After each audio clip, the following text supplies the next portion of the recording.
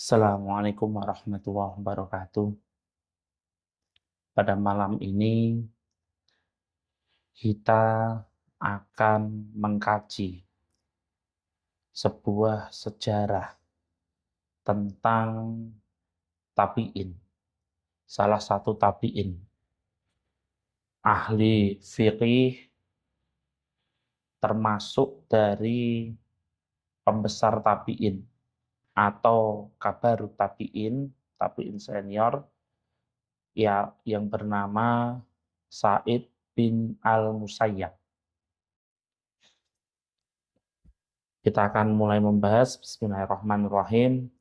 Sa'id bin Al-Musayyab adalah salah satu dari ulama ahli fikih di Madinah. Dia termasuk dalam jajaran kubarut tabi'in atau tabi'in senior.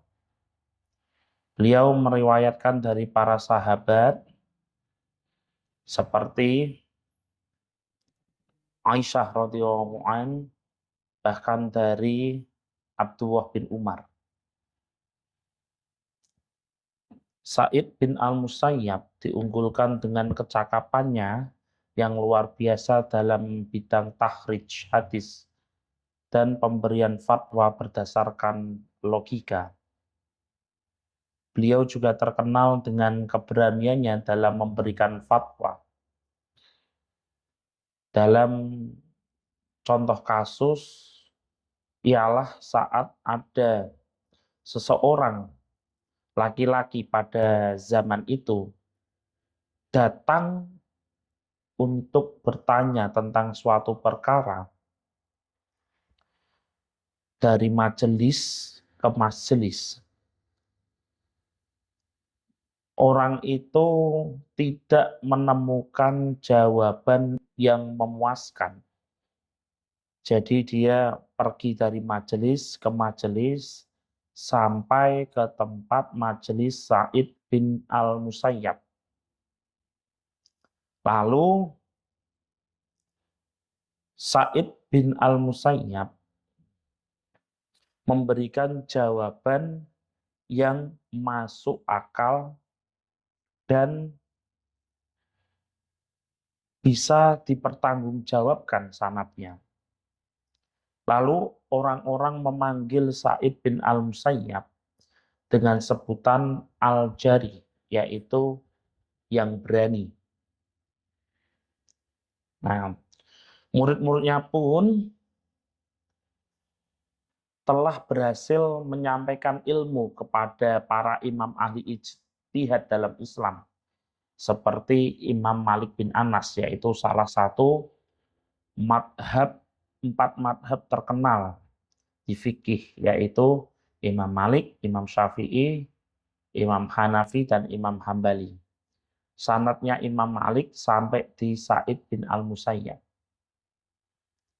Beliau muncul sebagai salah satu dari para ahli fikih pada masa Daulah Utsmaniyah ketika Madinah menjadi negeri yang aman bagi setiap ulama.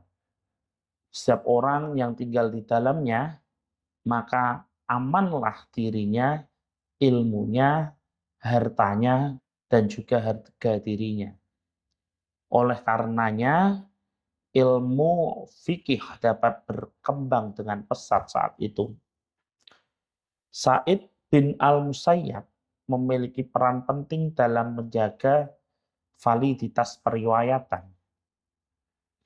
Selamatnya penyampaian dan kecermatan dalam pemberian fatwa, dia adalah pemilik rayu atau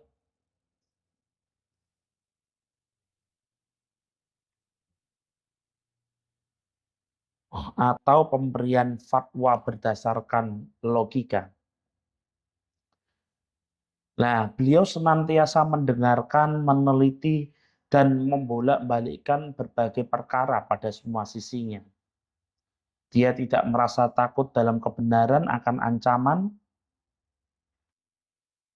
orang yang suka mencela atau mengancamnya, karena dia adalah seorang mufti atau pemberi fatwa yang berani. Keberaniannya itu bukanlah sekedar karena dia sombong atau ria, tapi memang karena beliau adalah ahli ilmu dan bersemangat dalam agamanya. Nah, kita lanjut di kelahiran dan nasabnya. Sa'id bin al-Musayyab bin Hazan bin Abi Wahab bin Amr sampai nasabnya berakhir pada Bani Makhzum. Jadi Bani di Quraisy itu ada banyak. Ada Bani Umayyah, ada Bani Hashim sampai kepada Nabi Muhammad SAW, ada Bani Makhzum dan sebagainya. Jadi Sa'id adalah orang Quraisy dari Bani Makhzum. Sa'id dilahirkan pada masa kekhalifahan Umar bin Al-Khattab. Jadi dalam riwayatnya Sa'id bin Al-Musayyab pun pernah berkata bahwa aku dilahirkan 2 tahun setelah Umar menjabat sebagai khalifah. Sedangkan masa kekhalifahannya Umar bin Khattab adalah 10 tahun 4 bulan. Jadi saat Umar sudah menjadi khalifah selama 2 tahun, Sa'id lahir, Sa'id al-Musayyab lahir.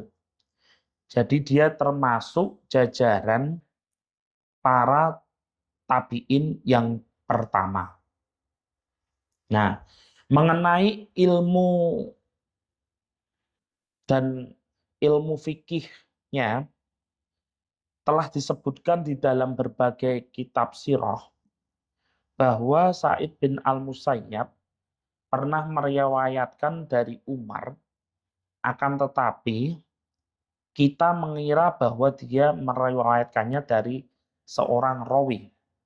Dikarenakan Sa'id al-Musayyab lahir tahun 2 tahun setelah Umar menjadi Amirul Mukminin, dan saat Umar wafat, Sa'id al-Musayyab masih berumur 8 tahun 4 bulan.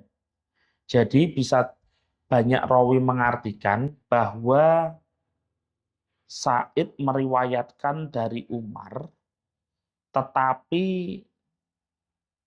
dia tidak mendengarkan langsung dari Umar. Jadi dirawikan oleh dia mendengarkan dari para sahabat yang lain. Akan tetapi nanti kita akan melihat bahwa Sa'id bin al-Musayyab sendiri mengatakan tidak tersisa seorang pun yang lebih mengetahui tentang seluruh hukum yang diputuskan oleh Rasulullah, Abu Bakar maupun Umar daripada aku. Jadi Sa'id adalah memang salah satu orang yang pertama dalam memberikan fatwa di era tabi'in itu. Nah, Sa'id bin Abi Musayyab dianggap orang yang paling pandai di antara para ulama Madinah pada zamannya.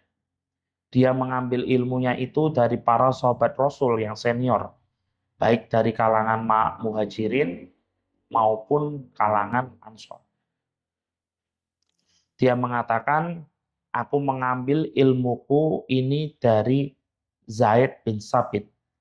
Zaid bin Sabit sendiri adalah salah satu dari 10 sahabat yang pasti masuk surga.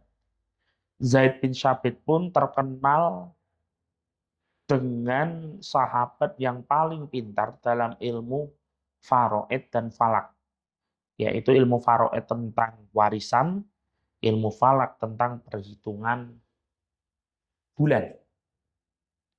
Sa'id bin Al-Musayyab juga mengambil ilmunya dari majelis-majelis para sahabat senior.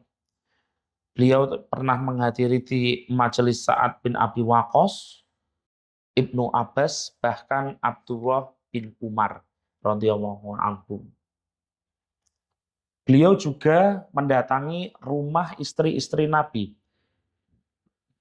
seperti Aisyah radhiyallahu an dan Ummu Salamah radhiyallahu an.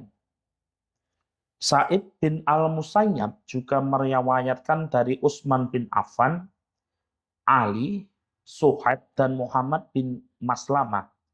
Dikatakan pula dari Sa'id bin Al-Musayyab bahwa dia adalah orang yang paling banyak meriwayatkan dari Umar karena dialah orang yang paling hafal tentang seluruh hukum dan keputusannya. Dari sekian banyak para ulama ahli rayu, yaitu ahli rayu adalah ahli yang memberikan fatwa berdasarkan logika. Beliau menjadi ahli fikih Madinah yang pertama. Dan dia termasuk yang paling terkenal di antara ahli-ahli fikih yang ada di Madinah. Kala itu ada 7 orang ahli fikih di Madinah. Bahkan beliau telah memberikan fatwa ketika para sahabat Rasulullah SAW masih hidup. Jadi era sahabat, dia sahabat-sahabat masih hidup, beliau sudah memberikan fatwa. Nah, ada cerita seseorang yang hidup sezamannya berkata, pemimpin Madinah pada masanya yang memberikan fatwa kepada mereka adalah Sa'id bin Al-Musayyab. Beliau adalah orang yang paling faqih di antara para ahli fikih, yang paling mengerti atsar dan paling faqih dalam pendapatnya. Sehingga orang-orang pun berdatangan ke Madinah, lalu mereka bertanya kepada beliau, kepada orang-orang di Madinah, tentang orang yang paling pandai di antara para ulama Madinah dan paling faqih di antara para ahli fikihnya, maka orang-orang Madinah menjawab orang itu adalah Sa'id bin Al-Musayyab. Nah, maka bertanyalah fatwa kepada beliau. Sa'id bin Al-Musayyab memiliki kedudukan yang mulia di sisi Umar bin Abdul Aziz. Umar bin Abdul Aziz adalah salah satu dari khalifah Bani Umayyah. Khalifah Bani Umayyah, kekhalifahan Bani Umayyah itu didirikan setelah Khulafaur Rasyidin. Setelah pemerintahan Ali bin Abi Thalib, yaitu Khulafaur Rasyidin ada 4, Abu Bakar, Umar, Utsman, Ali. Lalu dilanjut Bani Umayyah yang raja pertamanya adalah Khalifah Muawiyah bin Abu Sufyan. Nah, ada cerita pada suatu hari Umar bin Abdul Aziz mengirimkan seorang utusan kepada Sa'id untuk bertanya kepadanya mengenai suatu permasalahan fikih. Maka Sa'id pun datang bersama utusan tersebut sehingga dia bertemu dengan Khalifah Umar bin Abdul Aziz. Maka Umar pun berkata seraya tersenyum, utusan itu telah salah, wahai Sa'id. Sesungguhnya kami mengutusnya untuk bertanya kepadamu di majelis. Nah, saking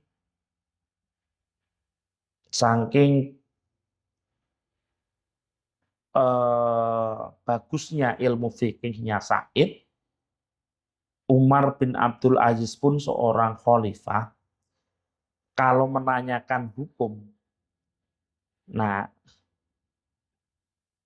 dia meminta harus di majelisnya Sa'id, bukan Sa'id dibawa ke hadapannya. Nah, itu saking berharganya Sa'id bin Al-Musayyab pada masa itu. Demikianlah Umar bin Abdul Aziz memuliakan orang yang berilmu, nah, dan senantiasa menyanjung ilmu dan fikihnya. Selanjutnya, derajat keilmuan yang dimiliki Sa'id bin Al-Musayyab karena ingatannya yang senantiasa terpelihara dan terjaga. Dan yang tampak nyata di atasnya adalah kecerdasannya yang murni atau yang jernih.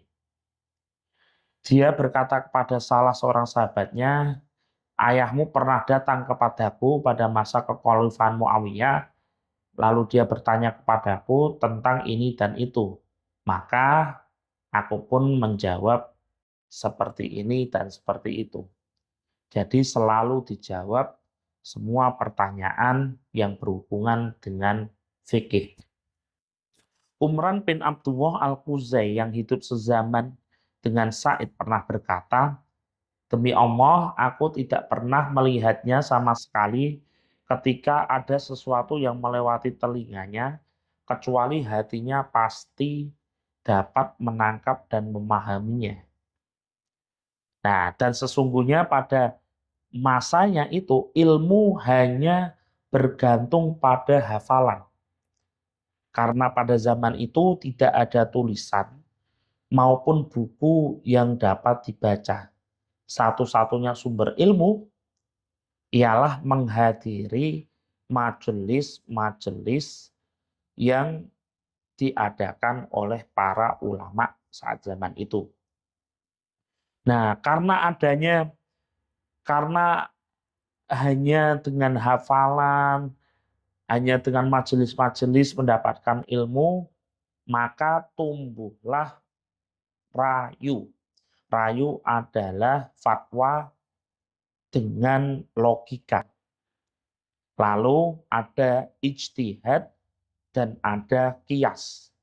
Semua itu dikuatkan dengan ijma atau kecermatan, periwayatan, dan kejujuran seorang rawi. Jadi rawi yang bisa dipercaya pasti jujur. Kalau rawi pernah berbohong sekalipun, maka putus kerawiannya. Nah, seringkali Sa'id duduk di masjid dalam keadaan berpuasa, sambil berdialog dengan orang-orang. Lalu apabila matahari terbenam, dia diberi minuman dari rumahnya, lalu dia pun meminumnya. Dia tidak pernah meminta apapun dari orang lain untuk kebutuhan dirinya sendiri. Nah, jadi dia tidak pernah meminta dari orang lain meskipun dia diundang ke majelis orang-orang tersebut. Jadi dan dia hanya memakan makanan yang dari rumahnya, saking dia tidak kepinginnya menyusahkan orang lain. Pada malam hari di atas binatang tunggangannya, beliau senantiasa membaca Al-Quran dan memperbanyak membaca hadis-hadis, dan di antara tabiat-tabiatnya, penampilannya selalu bersih dan pakaiannya selalu rapi. Nah, digambarkan bahwa dia tidak akan pernah membiarkan kukunya panjang, senantiasa memotong kumisnya pendek-pendek, serupa dengan mencukur kalau sekarang. Nah, selalu berjabat tangan dengan setiap orang. Dia adalah orang yang rajin dan teliti, serta tidak suka banyak tertawa. Dan dia pun tidak pernah meninggalkan wudhu atau banyak berwudhu. Sedangkan di rumahnya, dia tidak suka memberi nama anak-anaknya dengan nama-nama para nabi. Dan dia banyak melaksanakan sholat sunnah. Nah, Untuk kejelasan tentang kenapa beliau tidak suka memberi nama anak-anaknya dengan nama para nabi,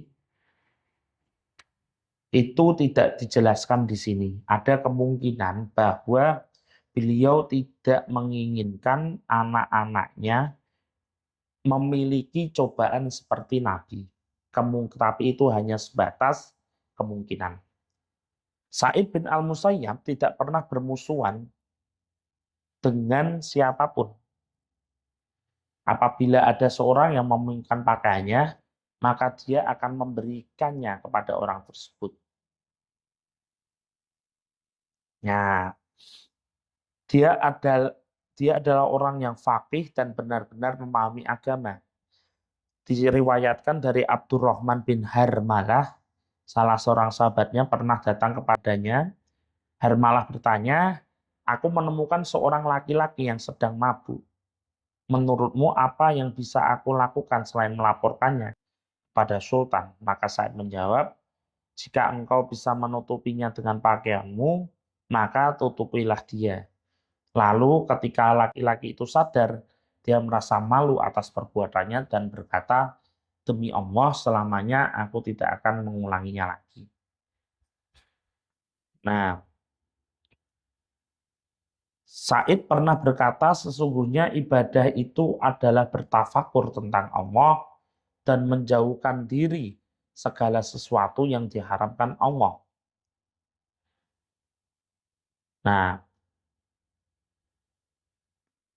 Nah, pernah saat Ramadan, beliau duduk di masjid, lalu saat berbuka, dia disuguhi minuman. Tidak ada seorang pun yang ingin tidak yang tidak ada seorang pun yang menginginkan Said tidak minum. Nah, Said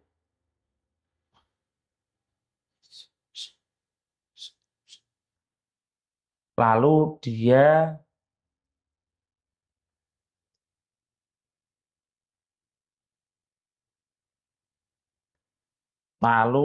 meminumnya. Jadi kalau berbuka diberikan ke masjid tetap diminum.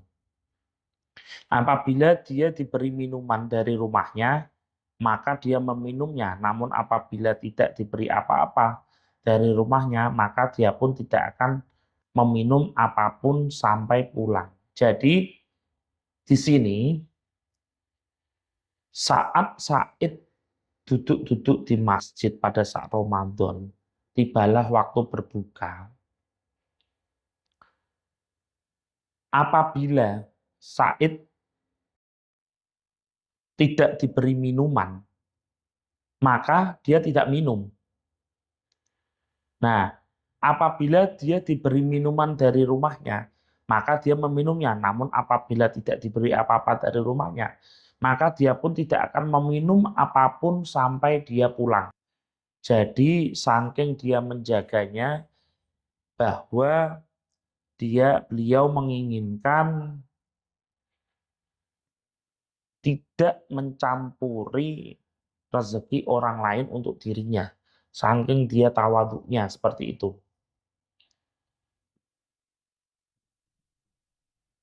Nah, lanjut.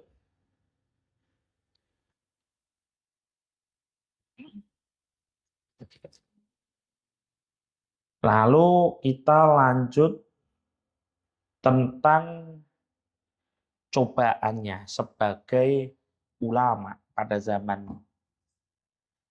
zaman kekhalifan Umayyah. Syekh Sa'id bin Al-Musayyab memiliki seorang putri yang paling baik dan paling berpendidikan di antara para wanita yang lainnya. Paling memahami kitab Allah, paling mengetahui hak-hak suami, paling mengetahui sunnah Rasulnya. Nah, ini kalau untuk sebagai wanita zaman sekarang, dia cantik, memiliki akhlak yang paling baik di antara wanita-wanita di sekelilingnya, paling berpendidikan di antara wanita lainnya, paling memahami kitab Allah dan Rasulnya. Nah, serta paling memahami suami. Nah, kalau di zaman sekarang, wanita seperti ini 1.100.000, Pak. Nah, sampai-sampai Khalifah Abdul Malik bin Marwan, yaitu salah satu khalifah daulah Bani Umayyah, memintanya untuk menikahkan putrinya dengan putranya. Jadi ini ingin dipinang oleh seorang raja. Kalau zaman sekarang seorang presiden. Namun Said menolak untuk menikahkan putrinya dengan anaknya Abdul Malik bin Marwan, yaitu Al-Walid. Nah, nah, lalu tak lama dari itu ada seseorang laki-laki yang fakir yang bernama Katsir bin Abi Wada'ah datang dan meminta untuk dinikahkan dengan putri Sa'id bin Al-Musayyab. Lalu Sa'id langsung menyetujuinya dan menikahkannya dengan putrinya dengan mahar 2 dirham.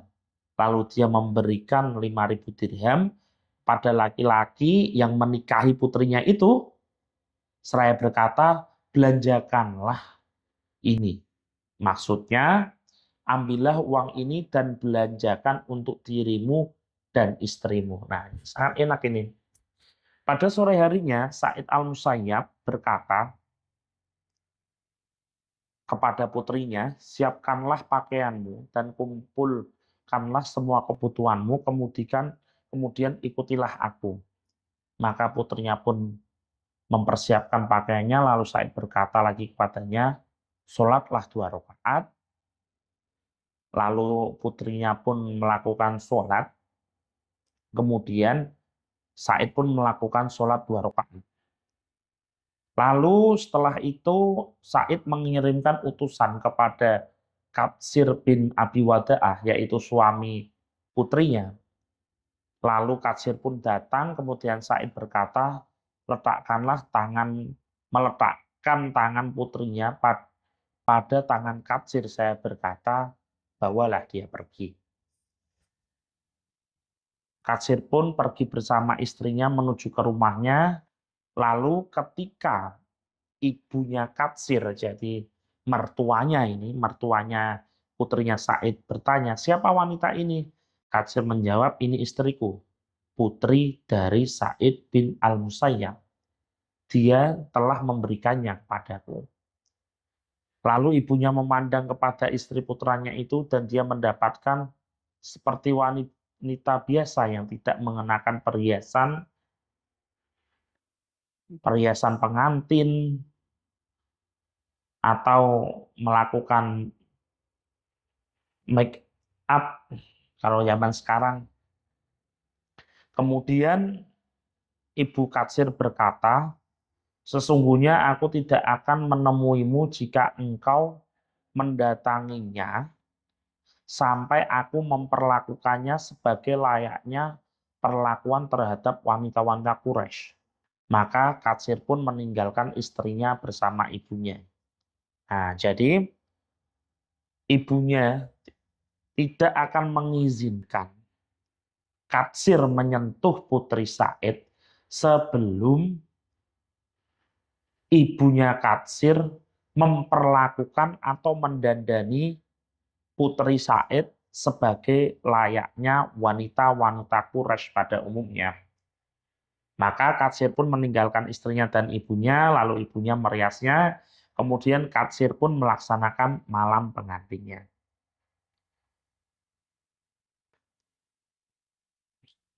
Nah, Kami telah menyebutkan bahwa terjadinya hubungan yang tidak baik di antara Abdul Malik bin Marwan dan Sa'id bin Al-Musayyab disebabkan oleh kisah pernikahan putrinya. Akan tetapi apabila kita kembali lagi kepada sebab-sebab penolakan Sa'id bin Al-Musayyab untuk menjadikan anak sultan sebagai suami putrinya, maka kita akan mendapatkan bahwa Sa'id banyak merasa tidak senang terhadap metode Bani Umayyah dalam pemerintahannya. Banyak sekali periwayatan yang menunjukkan pada hal tersebut, bahkan banyak pula penduduk Madinah yang memiliki hubungan tidak baik dengan khalifah di Damaskus. Khalifah Bani Umayyah itu ada di Damaskus, di negara Syria kalau sekarang, di mana kekhalifahan mereka berdiri tidak ada seorang pun dari mereka yang dapat menyembunyikannya. Pernah suatu ketika Abdul Malik bin Marwan datang ke Madinah, namun orang-orang yang di Madinah saat itu tidak ada yang menemuinya, serta tidak ada satu ulama pun yang duduk bersama khalifah. Lalu Abdul Malik bangkit berkata kepada pengawalnya, lihatlah apakah di masjid ada seseorang dari kumpulan orang-orang kita dari kalangan penduduk Madinah. Maka pengawalnya itu keluar dan ternyata Sa'id Al-Musayyab sedang mengadakan halaqah di masjid. Dia meneruskan pelajarannya bersama murid-muridnya, maka pengawal itu mendekat sampai Sa'id bin Al-Musayyab dapat melihatnya. Lalu dia memberikan isyarat dengan mata dan telunjuknya, kemudian dia pergi. Namun Sa'id Al-Musayyab tidak beranjak dan tidak pula mengikutinya. Maka pengawal itu mengira bahwa Sa'id Al-Musayyab lupa atau tidak memperhatikan isyaratnya.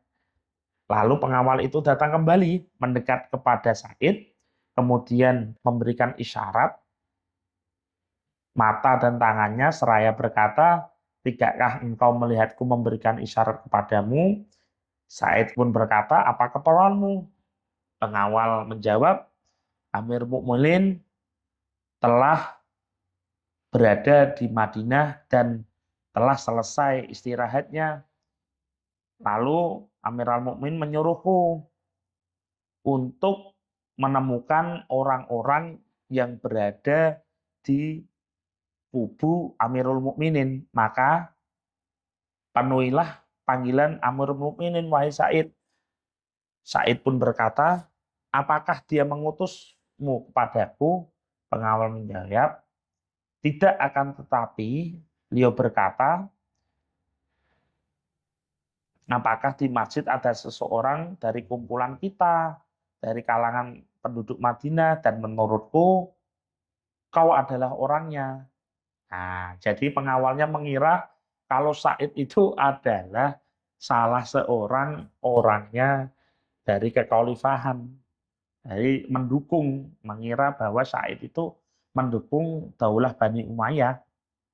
Maka Sa'id Al-Musayyab pun berkata, pergilah dan beritahukan kepada tuanmu, yaitu khalifah, bahwa aku bukan salah satu dari orang-orangnya.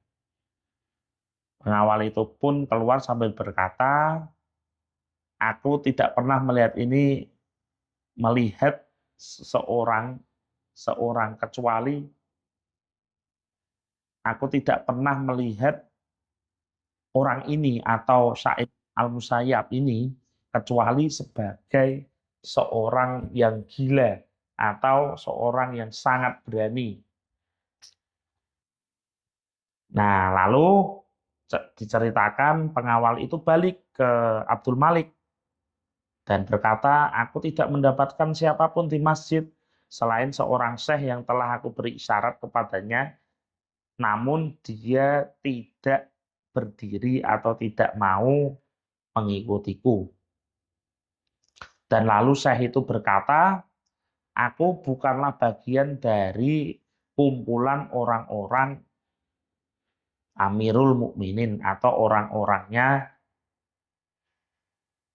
Khalifah Khalifah Abdul Malik bin Marwan. Nah, Abdul Malik pun menggelengkan kepala seraya berkata, itu adalah kelakuan Sa'id bin Al-Musayyab. Nah, karena itu hubungannya Abdul Malik dan Sa'id semakin memburuk, dan di masa puncaknya ketika Abdul Malik keluar dari rumahnya dalam keadaan marah, ketika utusannya kembali lagi pada Sa'id seraya mengulangi permintaannya, penuhilah panggilan Amirul Mukminin. Lalu Sa'id menjawab, sepertinya engkau salah dengan namaku, atau sepertinya dia mengutusmu kepada orang lain. Jadi Sa'id terang-terangan menolak panggilan dari seorang raja atau Amirul Mukminin. Maka Abdul Malik bin Marwan pun marah, seraya Khalifah berniat menghukumnya. Nah, lalu dia menyampaikan pendapatnya sehingga orang-orang pun banyak mendatangi Khalifah. Seraya berkata, wahai Amirul Mukminin, dia adalah ahli fikih di Madinah, seorang syekh dari kaum Quraisy, teman ayahmu, dan tidak ada seorang raja pun sebelum engkau yang berniat menghukumnya. Mereka terus saja mengatakan hal tersebut kepadanya, sampai Khalifah pun akhirnya menanggalkan niatannya untuk menghukum. Nah, saat wafatnya Abdul Aziz bin Marwan, saudara sekandung Amirul Mukminin, di Mesir pada bulan Jumadil Ula tahun 84 Hijriah,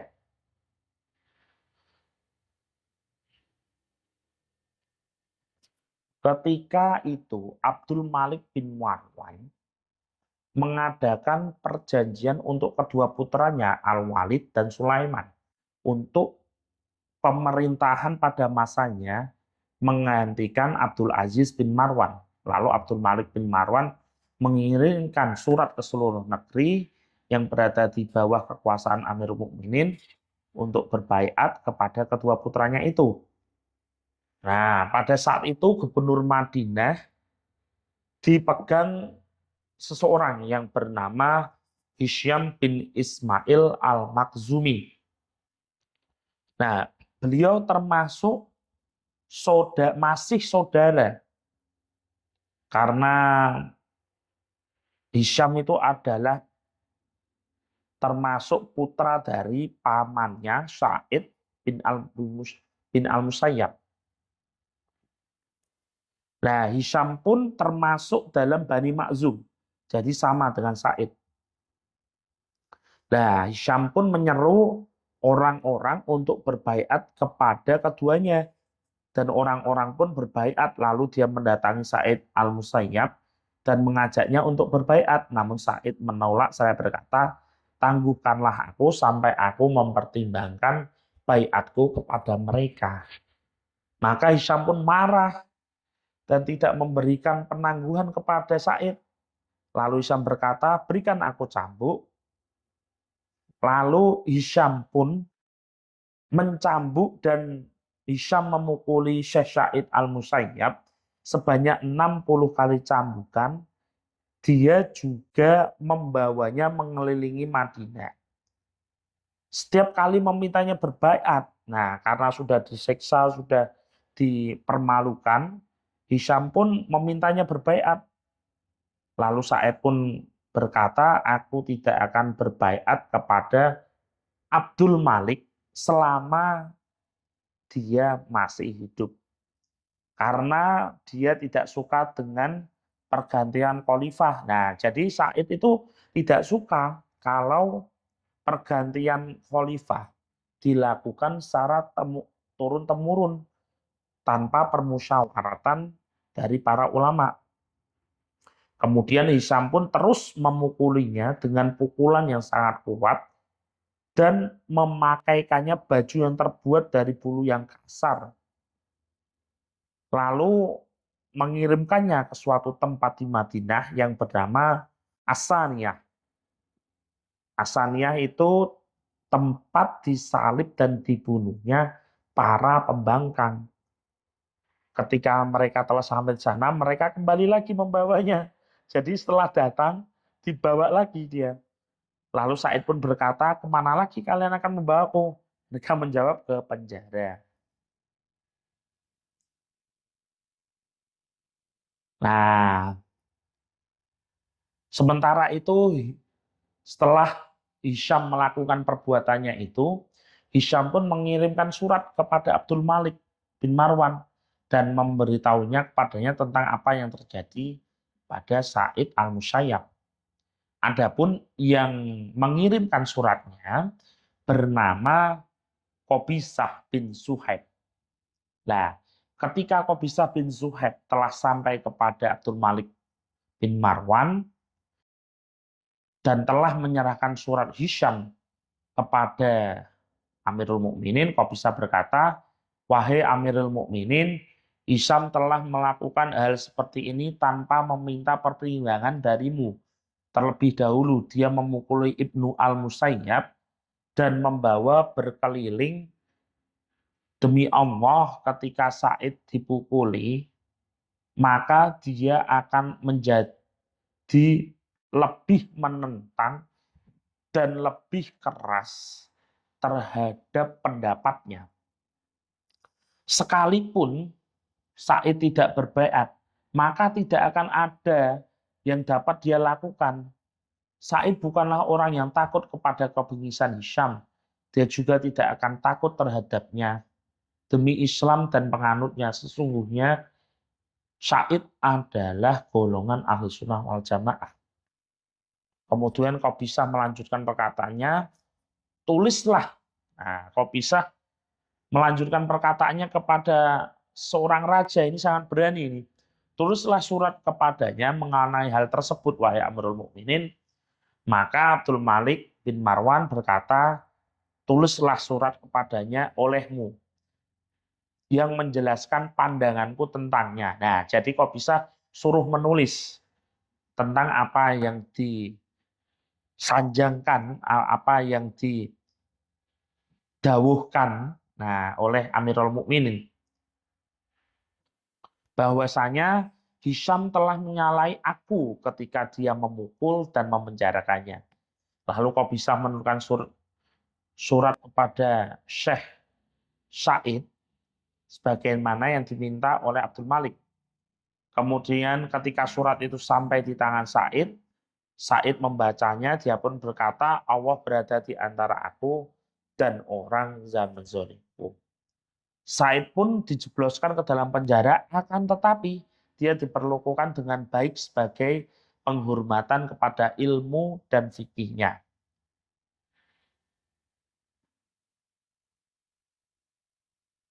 Nah, jadi dia di sana tetap masih di penjara, tetapi diperlakukan dengan baik. Nah, ada salah satu riwayat bahwa seseorang mengunjungi Sa'id bin al-Musayyab di penjara dan ternyata di sana telah disediakan seekor kambing yang disembelih untuknya, lalu bulunya dijadikan alas punggungnya. Kemudian setelah itu disediakan untuknya dahan-dahan pohon basah yang lunak yang telah digiling, yang telah ditutup. Jadi bisa dibuat sebagai ranjang. Setiap Said melihat lengan atasnya, yakni tempat di mana bekas pukulan cambuk dan lukanya, Said seraya berkata, ya Allah, tolonglah aku dari Hisham. Nah, doa Said, selama dia berada dalam penjara, putrinya selalu mengirimkan makanan untuknya. Pada suatu hari, putrinya membuat makanan yang sangat banyak sekali dan melebihi kebutuhannya, serta cukup untuk beberapa orang. Maka dia memanggil seorang yang bernama Aslam Abu Umayyah dan berkata kepadanya, pergilah kepada putriku dan katakanlah kepadanya, jangan pernah engkau membiasakan hal seperti ini, karena inilah yang diinginkan oleh Hisham bin Ismail. Dia senantiasa mengharapkan agar hartaku habis, sehingga aku akan membutuhkan apa yang ada di tangan mereka. Sedangkan aku tidak tahu sampai kapan aku di penjara. Perhatikanlah makanan yang biasa aku makan di rumah dan kirimkanlah aku sejumlah itu. Maka hari berikutnya putrinya hanya memberinya makanan sesuai dengan porsinya. Jadi saking dia tidak saking kekehnya dalam berpendapat, dia tidak mau ada bantuan dari Hisham atau dari siapapun. Tetap dia di penjara makan dengan hartanya yang dia kumpulkan sendiri. Said pun terus berada di dalam penjara sambil menghadapi kesendirian, kezoliman, dan kegelapan sampai pada suatu saat datanglah seorang laki-laki padanya dan mengajaknya bercakap-cakap. Lalu dia berkata, sungguhnya engkau telah menyalahi perintahnya, perintah Hisham maksudnya. Maka Said berkata, wahai Abu Bakar, bertakwalah kepada Allah dan dahulukanlah dia daripada yang lainnya. Lalu Abu Bakar terus mengulang-ulang bahwa dia telah menyalahi perintah Hisham dan melampaui batas terhadapnya. Said pun kembali berkata, demi Allah, mata dan hatimu telah buta. Nah, maka pemuda itu yang bernama Abu Bakar pergi meninggalkannya, lalu Hisham bin Ismail mengutus seorang kepadanya untuk memanggilnya. Ketika Abu Bakar telah datang pada Hisham bin Ismail, dia pun berkata, apakah Said telah menjadi lunak setelah kita memukulinya? Abu Bakar menjawab, demi Allah tidak ada orang yang lisannya lebih tajam daripada dia sejak engkau melakukan apa yang telah engkau perbuat kepadanya. Maka tinggalkanlah orang itu.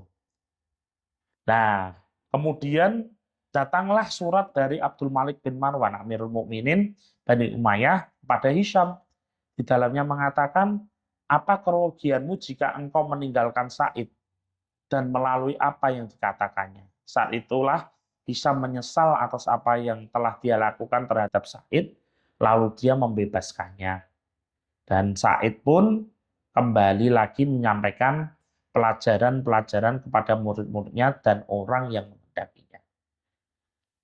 Nah, setelah cobaan itu telah selesai, Said pun berkata, tidaklah setan berputus asa dari suatu perkara, melainkan dia akan mendatangi melalui para wanita. Hamba-hamba Allah tidak dapat menjadikan dirinya mulia dengan ketaatan terhadap Allah dan tidak dapat menjadikannya hina kecuali dengan kemaksiatan terhadap Allah. Cukuplah pertolongan Allah bagi seseorang ketika dia menyaksikan musuhnya melakukan kemaksiatan terhadap Allah. Kalimat yang dia lontarkan kepada murid-muridnya merupakan nasihat yang benar, sebaik-baiknya nasihat dari seorang yang zuhud dan bertakwa. Said al-Musayyab berkata, barang siapa yang merasa cukup dengan Allah, maka manusia akan membutuhkannya. Jadi cukup dengan Allah, maka pasti manusia membutuhkan dia. Dunia ini hina, dan ia akan lebih condong kepada kehinaan. Adapun yang paling hina dari dunia ini adalah orang yang mengambilnya tidak sesuai dengan kebutuhannya, lalu meletakkannya tidak pada jalannya. Nah, dan Imam Said adalah tauladan dalam hal ketawaduan dan kekhusyuan kepada Allah. Nah, lalu sebenarnya Said pun memiliki harta yang dia pergunakan untuk berniaga lah. Jadi makanya saat di penjara dia tidak mau memakan makanan penjara dan dia hanya memakan makanan yang dikirimkan putrinya. Karena Said pun selain dia ahli fikih, dia pun punya perniagaan, dia pun berdagang. Dan Said berkata, ya Allah sesungguhnya engkau mengetahui bahwa aku tidak pernah menahan harta ini karena bakhil. ataupun rakus, bukan pula karena kecintaan terhadap dunia dan ingin memperoleh berbagai keinginan duniawi, aku hanya ingin menjaga kehormatanku dari Bani Marwan dengan harta tersebut sampai Allah memutuskan perkara yang terjadi antara aku dan mereka. Aku juga ingin menyambungkan tali silaturahim dengan hartaku, menunaikan hak-hak yang terdapat di dalamnya, serta mengembalikan sebagian darinya kepada para janda, orang fakir, orang miskin, anak yatim, dan tetangga. Jadi Said itu biarpun berniaga, tapi dia tidak pernah lupa bersedekah. Nah, lalu kita akan menyelesaikan bab penutup, yaitu bab tentang meninggalnya Sa'id bin Al-Musayyab. Nah,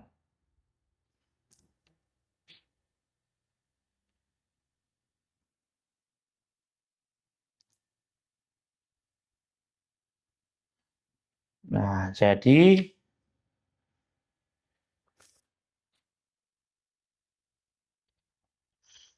ketika setiap permulaan pasti ada akhirnya. Maka tahun-tahun pun telah berlalu, Sa'id Al-Musayyab telah kehilangan sebagian kekuatannya. Dua sumber kepercayaannya, yaitu pendengaran dan penglihatan, juga sudah melemah. Lalu Sa'id Al-Musayyab bin Al-Musayyab pun sakit parah. Maka Nafi bin Jubair Mut'aim datang menjenguknya dan dia dalam keadaan pingsan. Lalu Nafi bin Jubair berkata, hadapkanlah tempat tidur ke arah kiblat. Maka mereka pun menghadapkan tempat tidurnya ke arah kiblat. Lalu ketika dia sadarkan diri, Said sadar, siapa yang memerintahkan kalian untuk menghadapkan tempat tidurku ke kiblat? Apakah Nafi bin Jubair yang memerintah kalian? Nafi menjawab, ya. Said pun berkata, seandainya aku tidak berada di arah kiblat dan di atas agama Islam, maka perubahan arah tempat tidurku yang kalian lakukan ini tidak akan bermanfaat sama sekali bagiku. Jadi itulah pentingnya seseorang memegang teguh Islam, agama. Jadi andai kata ada seseorang yang tidak Islam tapi diarahkan ke kiblat, ya percuma. Nah, beda dengan Said. Said ini teguh dalam pendiriannya dalam Islam.